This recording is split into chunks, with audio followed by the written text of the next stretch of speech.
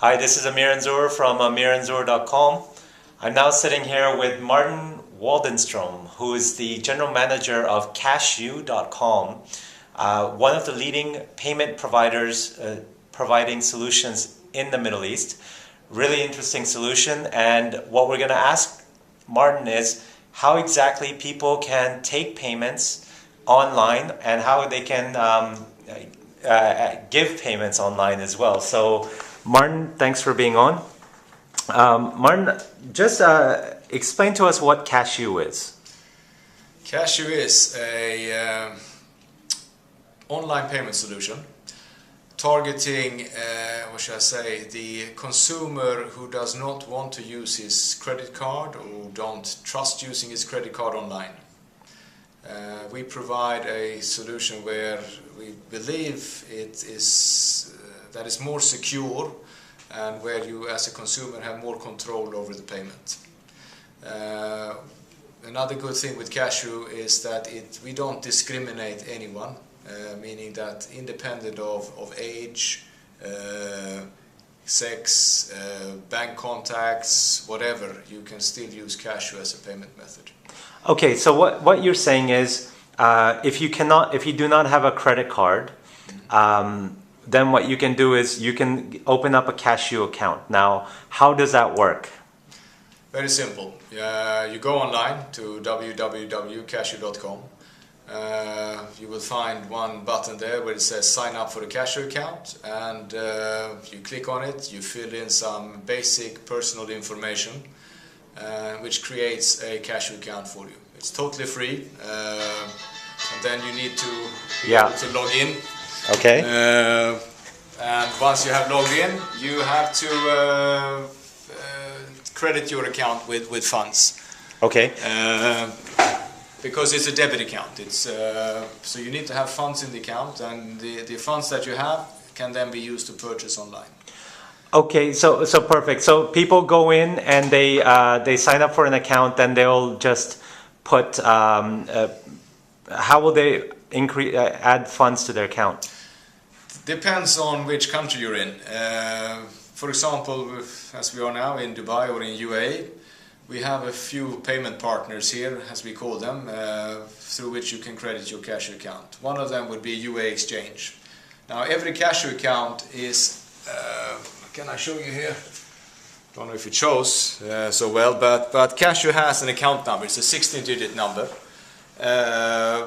that always begins with 627610, which is a registered BIN. Now, you can take every account gets a unique account number, just like you have a unique bank account. And you just take that account number, go to UAE Exchange, fill in a deposit form and the amount that you want to have credited to your account, hand it over to the teller, and he will process the transaction, and your account is immediately credited with the amount that you have made a deposit to. Okay. And that's one way. Then in other countries we have our own refill coupons, which are sold through distributors. You can find here, for example, we have in Saudi, you can buy at Virgin Megastore refill coupons. They come in some standard denomination. They work very similar to your prepaid mobile phone card. They have a scratch area, you scratch it, you enter the code when you're logged into your account, and it immediately credits the CashU account with the stored value of the card. Okay, you were saying less. How many people in Saudi Arabia, for instance, have credit cards? Well, in Saudi it's less than 5% of the population that have credit cards. Wow. However, there is a much larger portion of the population that have debit cards. But as you know, I mean, debit cards is quite often blocked for online transactions. Credit cards is normally easier to use on payment gateways, but debit cards, because of chargeback rules in the card schemes, they're quite often blocked. What's the difference between a credit card and a debit card for those that don't know? Well, the credit card is a card where you actually pay your bill after you've made the purchase. So it's exactly what you get credit.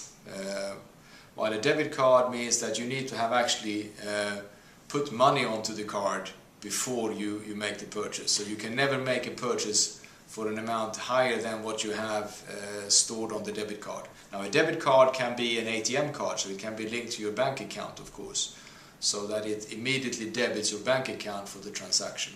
So, but then why do merchants not accept as many debit cards as credit cards?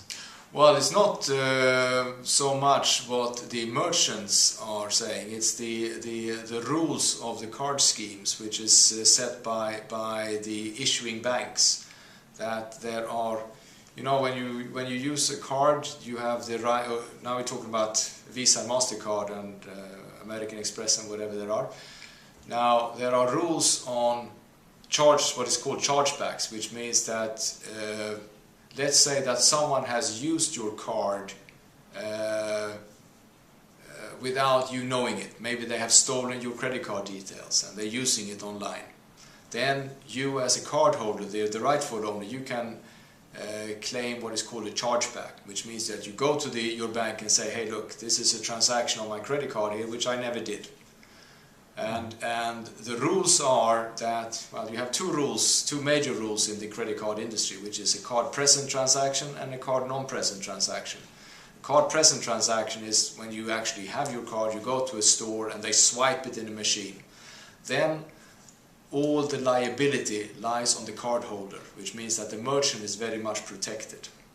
Now, if it's a card non-present transaction, which is mainly an online transaction, then the whole liability issue is switched on to the merchant. So the merchant becomes the one who has to prove that the transaction happened. And debit card, for some reason, and I don't really know the reason why, but debit cards are even brings even more liability onto the merchant, and therefore. The card schemes, they normally block the debit cards. Okay, awesome. So, and in the Middle East, there's a lot less people that using credit cards. You were saying also Egypt is quite low with credit cards, is it? I mean, the only country that has a credit card penetration similar to what you see in the Western world is UAE. Here you have a credit card penetration of around 50% of the working population, or even higher. But as soon as you go over the border into Saudi, as I said, it drops to maybe 5%, and then further west you go into North Africa, starting from Egypt and ending up in the French-speaking countries like Algeria, Tunisia, Morocco, it drops to even lower percentages.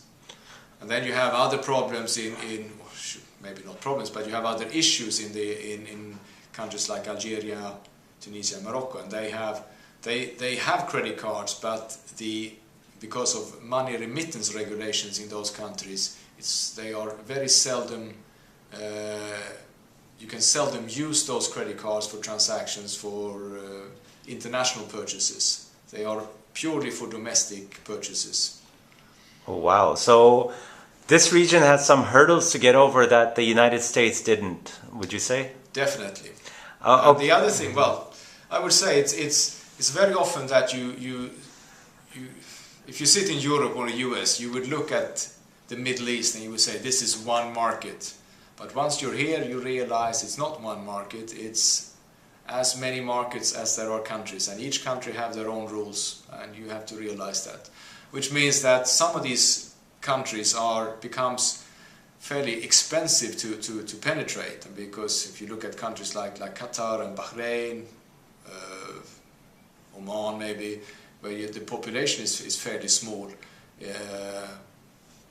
it's easy to look at it and wish that the GCC, for example, would be one market and that you could penetrate all these countries through one interface, but unfortunately that's not the case.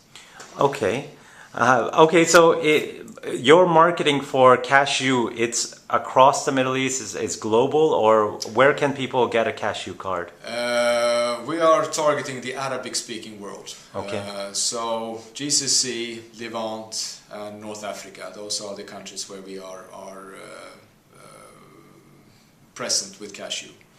Okay, so just the Arabic speaking world, they can, but any one of those countries they can go in. Now, if someone watching this in Europe, for instance, can they still use CashU? They can, because we have cooperations with companies that provide similar solutions to CashU, but they do it in Europe. So, for example, in UK and France, and to some extent the Benelux countries, there is a company called UCash. They have a similar system to CashU, which is prepaid vouchers that you purchase in stores in Europe. Those vouchers can be used to top up your CashU account, which means that if you're in Europe and you want to buy from a CashU merchant, you can use a UCash voucher.